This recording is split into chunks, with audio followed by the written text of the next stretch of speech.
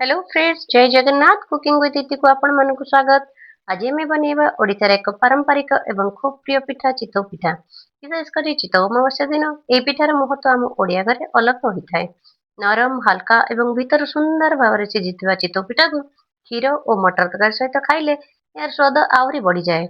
आज मुझे आरंभ शेष पर्यटन चितौ पिठा किपरि नरम और सुंदर हेब से आवश्यक सब टिप्स देखाइबे। तेबे चलंतु आरंभ करिबा।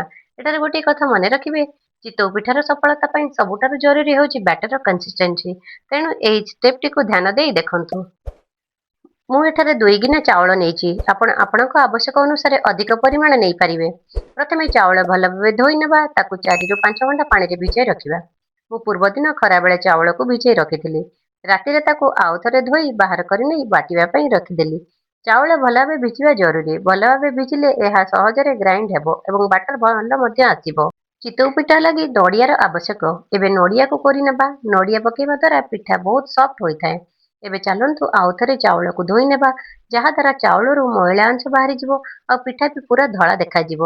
ଦେଖନ୍ତୁ, ମୁଁ ଏଇଭଳି ଭାବେ ଚାଉଳକୁ ଭଲ ଭାବେ ଧୋଇ ନେଇଛି। ଏବେ ଚାଲନ୍ତୁ ଭିଜାଇ ରଖିଥିବା ଚାଉଳକୁ ଗ୍ରାଇଣ୍ଡର ଜାରରେ ଦେବା ଏବଂ ରଖିଥିବା କୋରା ନଡ଼ିଆକୁ ମଧ୍ୟ ଏଥିରେ ଦେବା। ଅଲଗା ଅଲଗା ଗ୍ରାଇଣ୍ଡ କରିବାନି, ମିଶେଇକି ଗ୍ରାଇଣ୍ଡ କଲେ ବଟା ଠିକ୍ ହେବ। ଏଠାରେ ଗୋଟିଏ କଥା ଧ୍ୟାନ ରଖିବେ, ଏକାଥରେ ଅଧିକ ପାଣି ଦେବେ ନାହିଁ। ଅଳ୍ପ ଅଳ୍ପ ପାଣି ଦେଇ ଗ୍ରାଇଣ୍ଡ କରିବା। ଆମକୁ ଏକଦମ ଫାଇନ ପେଷ୍ଟ ମଧ୍ୟ ଦରକାର ନାହିଁ, ଆଉ ଅଧିକ ମୋଟା ମଧ୍ୟ ରଖିବା ନାହିଁ। ଚିତଉ ପିଠା ପାଇଁ ବ୍ୟାଟରଟି ସ୍ମୁଥ ରହିଲେ ଭଲ ହେବ। ଏବେ ଏଇ ବ୍ୟାଟରକୁ ଗୋଟିଏ ବଡ଼ ପାତ୍ରରେ କାଢିଦେବା। ମୁଁ ଏଇ ବ୍ୟାଟରଟିକୁ ରାତିରେ ବାଟିକି ଓଭରନାଇଟ ରଖି ନେଇଥିଲି, ଯାହାଦ୍ୱାରା ବ୍ୟାଟରଟି ଭଲ ଭାବରେ ଫୁଲି ଯାଇଛି। ଏବେ ରାତି ସାରା ରହିବା ଦ୍ୱାରା ଦେଖନ୍ତୁ ଆମ ବ୍ୟାଟରଟା କେମିତି ଭଲସେ ଫୁଲି ଯାଇଛି ଓ ବହୁତ ବଢିଆ ଦେଖାଯାଉଛି। ଏବେ ବ୍ୟାଟରରେ ସ୍ୱାଦ ଅନୁସାରେ ଲୁଣ ଓ ଆବଶ୍ୟକ ହିସାବରେ ଚିନି ଦେବା ଏବଂ ଆପଣ ଚାହିଁଲେ ଏଥିରେ ଗୁଡ଼ ମଧ୍ୟ ଦେଇପାରିବେ। ଏହାକୁ ଭଲ ଭାବେ ମିଶାଇ ନେବା। ବ୍ୟାଟର ନା ଅଧିକ ଗାଢ଼ ହେବ ନା ଅତ୍ୟଧିକ ପତଳା, ଏହି କନସିଷ୍ଟେନ୍ସି ରହିବ।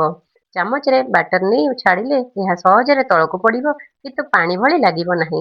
ଏହି କନସିଷ୍ଟେନ୍ସି ଠିକ୍ ରହିବା ହିଁ ନରମ ଚିତଉ ପିଠା ପାଇଁ ବହୁତ ଜରୁରୀ। ଯଦି ଆପଣଙ୍କ ରେସିପିରେ ଫର୍ମେଣ୍ଟେସନ କିମ୍ବା ରେଷ୍ଟିଂ ଆବଶ୍ୟକ ହୁଏ, ତେବେ ଆପଣଙ୍କ ପରିଚିତ ପାରମ୍ପରିକ ପ୍ରସିଦ୍ଧି ଅନୁସାରେ ବ୍ୟାଟରକୁ ରଖନ୍ତୁ। ବ୍ୟାଟର ଠିକ୍ ଭାବରେ ରେଷ୍ଟ ହେଲେ ପିଠାର ଟେକ୍ସଚର ଆହୁରି ଭଲ ଆସିବ ଏବଂ ଖାଇବା ଲାଗି ବହୁତ ଭଲ ଲାଗିବ। ଏବେ ଚିତଉ ପିଠା ବନେଇବା ପାଇଁ କଡ଼େଇକୁ ଗରମ କରିବା। ପାତ୍ରଟି ଅଧିକ ଗରମ ମଧ୍ୟ ହେବ ନାହିଁ ଏବଂ ଥଣ୍ଡା ମଧ୍ୟ ରହିବ ନାହିଁ। ଏବେ ଅଳ୍ପ ତେଲ କିମ୍ବା ଘିଅ ଲଗାଇ ନେବା।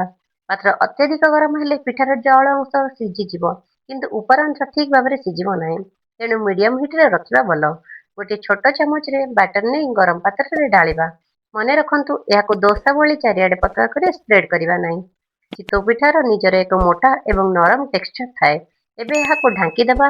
ଧିମା କିମ୍ବା ମିଡିୟମ ଫ୍ଲେମ୍ରେ ଏହାକୁ ଆମେ କୁକ୍ କରିବା। ଏଥିରେ ଟିକେ ପାଣି ଚାରିପଟେ ଦେବା ଦ୍ୱାରା ଭିତରେ ଷ୍ଟିମ୍ ସୃଷ୍ଟି ହେବ ଏବଂ ପିଠା ଉପର ପର୍ଯ୍ୟନ୍ତ ଭଲ ଭାବେ ସିଝିବ। କିଛି ସମୟ ପରେ ଢାଙ୍କଣା ଖୋଲି ଦେଖିବା। ଆମର ସୁନ୍ଦର ଚିତଉ ପିଠା ପ୍ରସ୍ତୁତ ହୋଇଗଲା।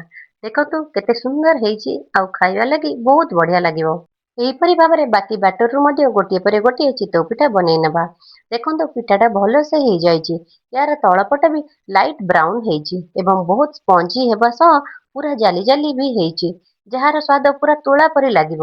ତେବେ ଆସନ୍ତୁ ଟିକେ ଟେଷ୍ଟ କରିନେବା। ୱାଓ, ବହୁତ ନରମ ଏବଂ ସୁଆଦିଆ ହେଇଛି। ଆପଣ ମଧ୍ୟ ଏଇ ଚିତଉ ଅମାବାସ୍ୟା ସ୍ପେଶାଲ ଚିତଉ ପିଠା ଘରେ ନିଶ୍ଚୟ ବନାଇ ଖାଆନ୍ତୁ।